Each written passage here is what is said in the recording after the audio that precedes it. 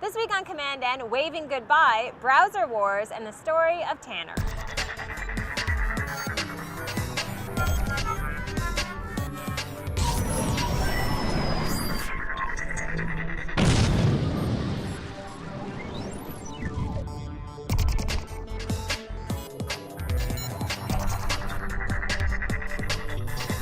Welcome to episode 219 of commandN. I'm Amber. I'm here in downtown Toronto in Little India. It is sweltering hot, but still a nice day in our city. I'm getting a little bit hungry staring at the corn, but we have to get right into it now and talk about the tech headlines of the week.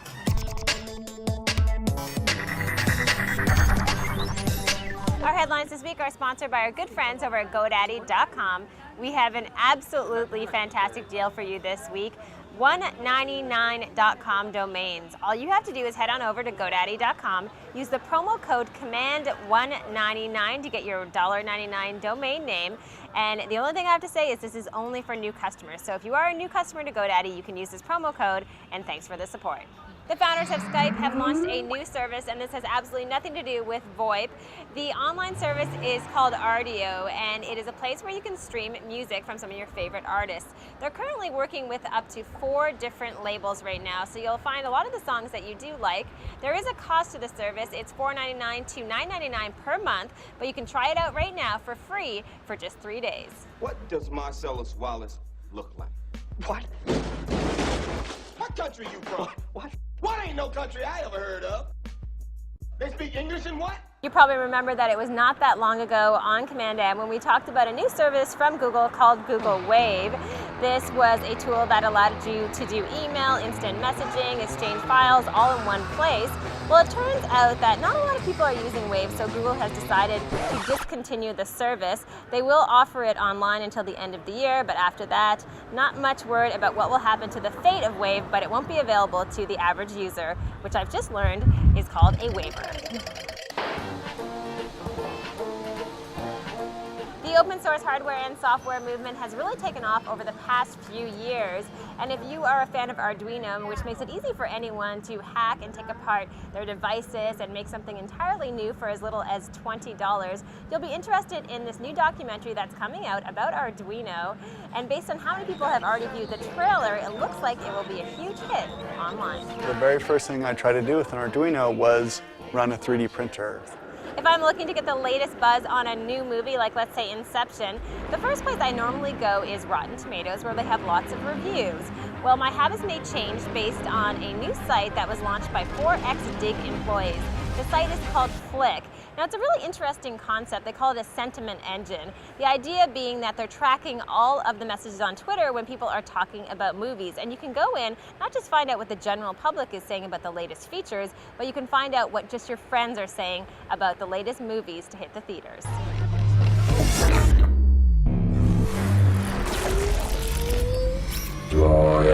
For the first time ever, Android smartphones are outselling Blackberries and iPhones. Now, this has happened very quickly, kind of a surprise, but based on the fact that Android phones have become so popular, people really love the operating system, and now there are more than 100,000 Android apps in the marketplace, so pretty phenomenal there. There was a new Android phone that recently launched in Canada, the Samsung Galaxy, and we had a chance to check out this phone at their event. One of the things that I thought was most interesting about this new device is the screen technology, and here's a look at how it works.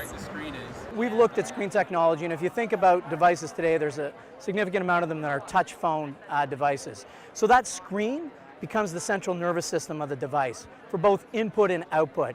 And Samsung is proud to say that we've designed this screen technology. It's called Super AMOLED.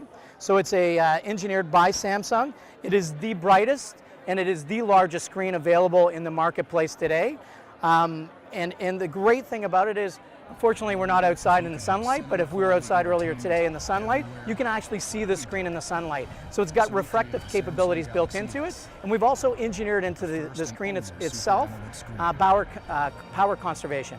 So you get 20% better battery life on this screen technology, which is one of the other key components that consumers are looking for, is longevity in being able to use the device.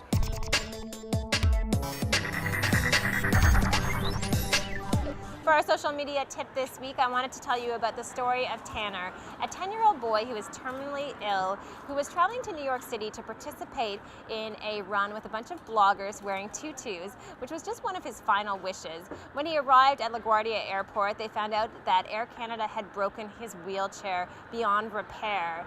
Now, the family tried for hours and hours to get in touch with Air Canada, and there was no response, so they went to Twitter to harness the power of Twitter and the community there to get them talking and to get Air Canada to actually listen.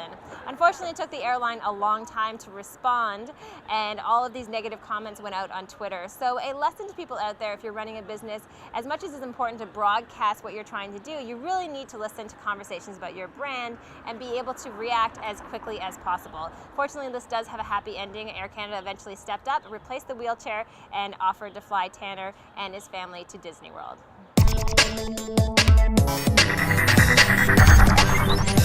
Hi, I'm Jeff MacArthur, and on this week's Tech Tips, I'm going to give you a quick primer on the 3 most popular cross-platform browsers. So let's start with the newest. Google's Chrome browser is a WebKit-based browser with worldwide usage a bit over 7%. I think it comes in third. It has a minimalist interface and was the first of the major browsers to merge the address bar and the search bar, which you're starting to see more and more. Chrome has thousands of extensions to increase functionality and also seen as perhaps the most secure of the major browsers. Additionally, Chrome usually clocks in as the fastest browser on Windows and a close second on the Mac. Mozilla's Firefox was the first widely used alternative to Microsoft's Internet Explorer, and as such, we all owe Mozilla an enormous debt of gratitude. It's the second most used browser worldwide at around 23%, and it uses the Gecko layout engine. Firefox's greatest claim to fame is probably its enormous library of third-party extensions for almost anything, although these can occasionally cause the browser to respond more slowly and decrease stability, so try to stick with just what you need there. Thirdly, Apple's Safari is another WebKit browser that's bundled with the Mac OS and has been on Windows for a few years now. Safari has great integration with Mac OS and has just recently added extensions to customize your browsing experience, although nowhere near as many as Firefox and Chrome. Now, while Safari is typically seen as the fastest browser on Macs, the Windows version just isn't as speedy. All of these browsers work on Windows and Mac OS, while Chrome and Firefox also work on Linux machines. Opera and Flock are a couple less popular cross-platform browsers worth taking a look at. And note that we haven't included the most popular browser worldwide, Internet Explorer, because it's Windows only. That said, a note is in order for Internet Explorer. This browser has come from a long history of bloated and dysfunctional pieces of crap that Microsoft was producing early in the millennium. And anything before Internet Explorer 7 shouldn't be used anymore. Do yourself a favor, do everyone on the web a favor, upgrade. If you're at IE 6 or below, you know, these are becoming less and less supported for a reason. So just do the free upgrade to Internet Explorer 8 and you'll be doing, like I said, a favor to yourself and to anyone else who uses the web, because we won't have to accommodate the craziness that is Internet Explorer 6 and before. So that's all for this week. I'm Jeff MacArthur. Enjoy.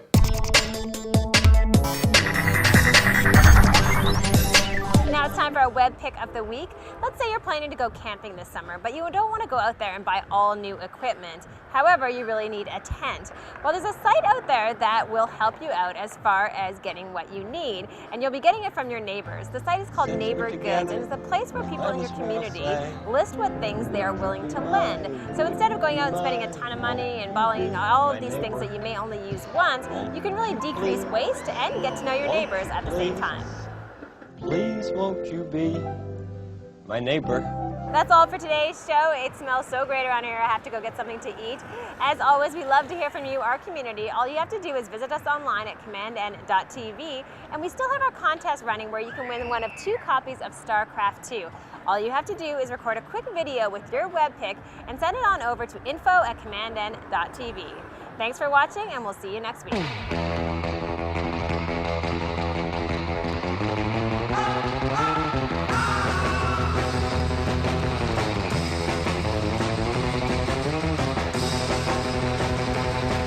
Wasn't that? I'm so tired and hungry, and there's tandoori everywhere around me.